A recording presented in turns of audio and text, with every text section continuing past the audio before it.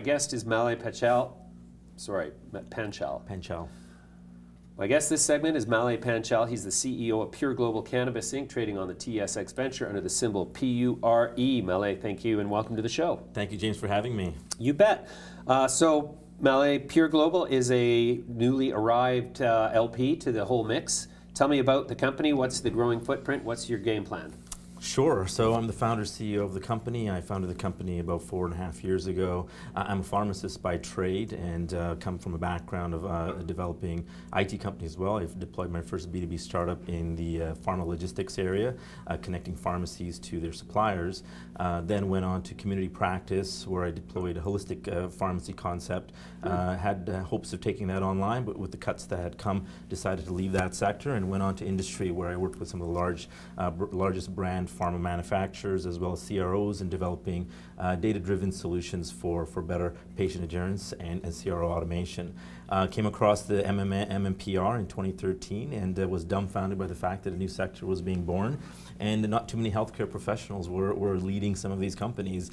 You've got people with all walks of life, and coming from the pharmaceutical background lends to some benefits in understanding how to deliver medicine, healthcare products to the communities that need it. And so the company has set out to carve out a space in the medical and the pharma and the wellness segments, developing manufactured products. We'll be experts in cultivation, but really our focus is being sort of the Cannabis 3.0, where it's going to be those post-derivative products. So we're a newcomer into the sector, but we get the huge benefit of correcting the mistakes that our predecessors have made and building really a better, faster ship. So you're focused 100% on the medical segment. Well, the medical segment is our primary first foray into the segment. We have big relationships with some of the largest medical groups in Canada, namely Apple Tree Medical, which has over 700,000 patients in their database. Very excited to be working with them, where we're going to have a direct IT interface where patients, once they register, their medical document comes right into our system for faster processing. We're also going to be doing a real-world evidence-based study with them, one of the largest of its kind, which will give us observational data to take to the medical community, both nationally and internationally. So definitely medical is a main aspect of our business, but from that we're also looking to develop the pharmaceutical and wellness products that consumers are going to desire. Okay, so you recently announced on November 15th that Ross Hendry had joined you from Corby Spirit and Wine. That sort of indicates at least acknowledgement of the significance of the recreational sector. So is what is it about Pure Global that I, as an investor, what would you tell me as to why I should invest capital with you, whereas all these other companies by comparison would be said to have a head start? Sure.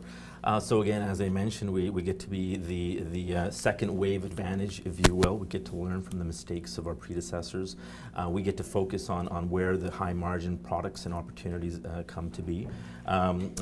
People that we bring to our team, like Ross, we've got world-class individuals really coming from CPG, supply chain, and distribution backgrounds. It's going to be branding, it's going to be white labeling, manufacturing quality products. What we are setting out to do is becoming one of the most trusted cannabis brands. A lot of our predecessors have sort of rushed out of the gates, erected things, but not taking the meticulous steps of doing it sort of the right way, if you know what I mean. Sure. Lending to reduce risk. So for us, slow and steady is going to win this race. We're going to develop a niche of products that will be sort of in the premium category, giving us better margins and hopefully a leg in the international space as well, which is our focus. So how much money have you raised to date? We've raised about $25 million to date.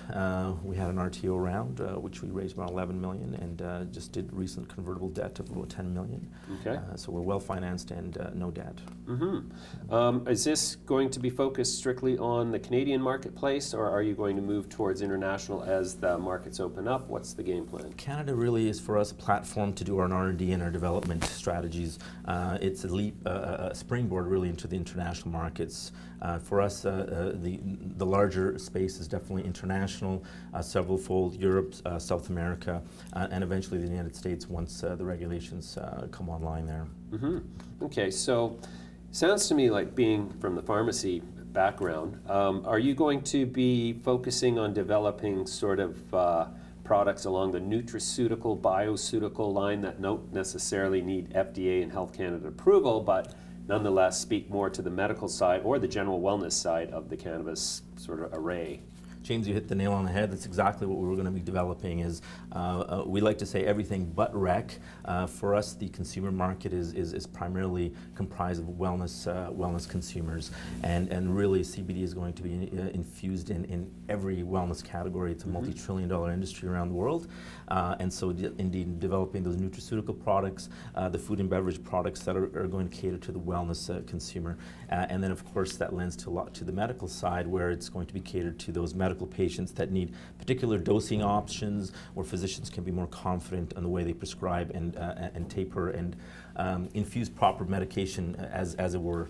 Do you think that the development of the industry on the wellness side is ultimately going to act as a lightning rod to the big pharma companies or the big wellness brands globally, who are going to start to say, well, we missed the boat on the whole cannabis thing, but let's just pluck the best-in-class, best-in-breed companies out there? Absolutely, James. I believe that wholeheartedly. Both on the pharma side, with the pipeline of farm products that we're looking at, we've got a dozen categories that we're looking at now. These are long-term plays, so we're looking at about half a dozen that we'll initiate with.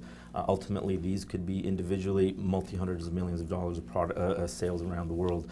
So pharma will definitely be looking at scooping up the right players that have planted the right seeds, if you will, and have the right product pipeline.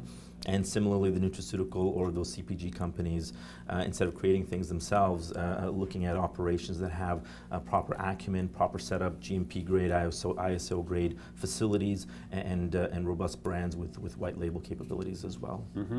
So is Pure Global looking for partnerships or investment from large pharma brands at this point? Absolutely. We're in talks with a number of pharma companies to do joint ventures with.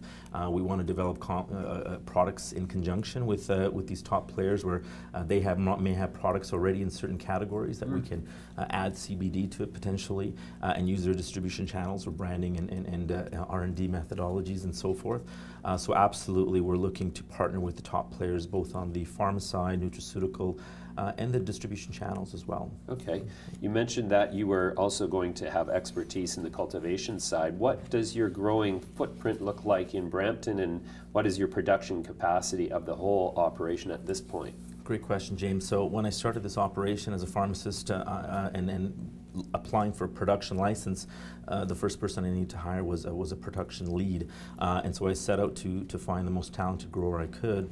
And after interviewing hundreds of MMAR types, and which are more enthusiasts or cottage industry experts, when I finally met the chap that we've hired, Nader Gishlaki, PhD level, master's in biotech. These are true scientists that are coming into the sector now. There's a science behind commercial horticulture. We're taking that science, and we've actually developed a patented vertical farming system. This will enable us to actually use more of the square footage, and develop more canopy in a vertical environment. Wow. So this is still in the process of being validated. We have 40,000 square feet in Brampton. Multiply that by 3 or 5x, it will give you an idea of the kind of production that we're anticipating when things are said and done. And that is currently being deployed.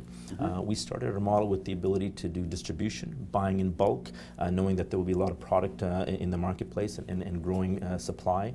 Get to market, get our customer base started, and then come online with our cultivation and high capacity production methods. Okay, so is there products in the marketplace now, or if not, when will they be available? So we're just in the midst of obtaining our sales license, so it's imminent. Okay. We had our sales inspection just about over a month ago now. We just submitted our last response, hopefully from Health Canada, which were very minor observations. So we're anticipating our sales license in the coming days or weeks, really. And we're right now sitting at the gates ready to launch with our e-commerce setup, all our back-end system setup, customer service, our product packaging line all ready to go. Inventory, we have have about $3 million worth of inventory ready to start deploying to just the medical community.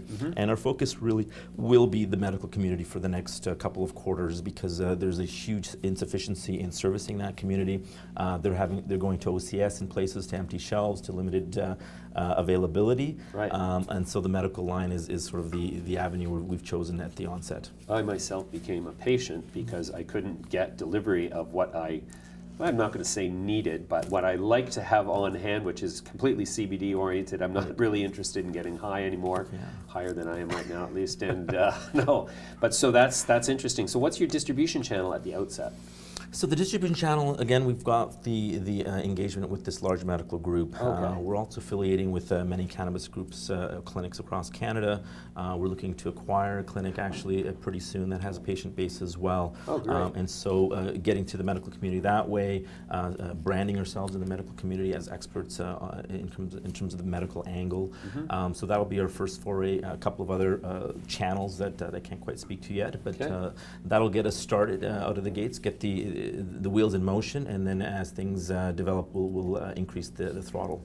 Fantastic, Mele. Well, that's an interesting story, and one I will be following with interest. We'll have you back in a quarter's time and see how you're doing. Thanks for joining me today. Thank you, James, so much for having me.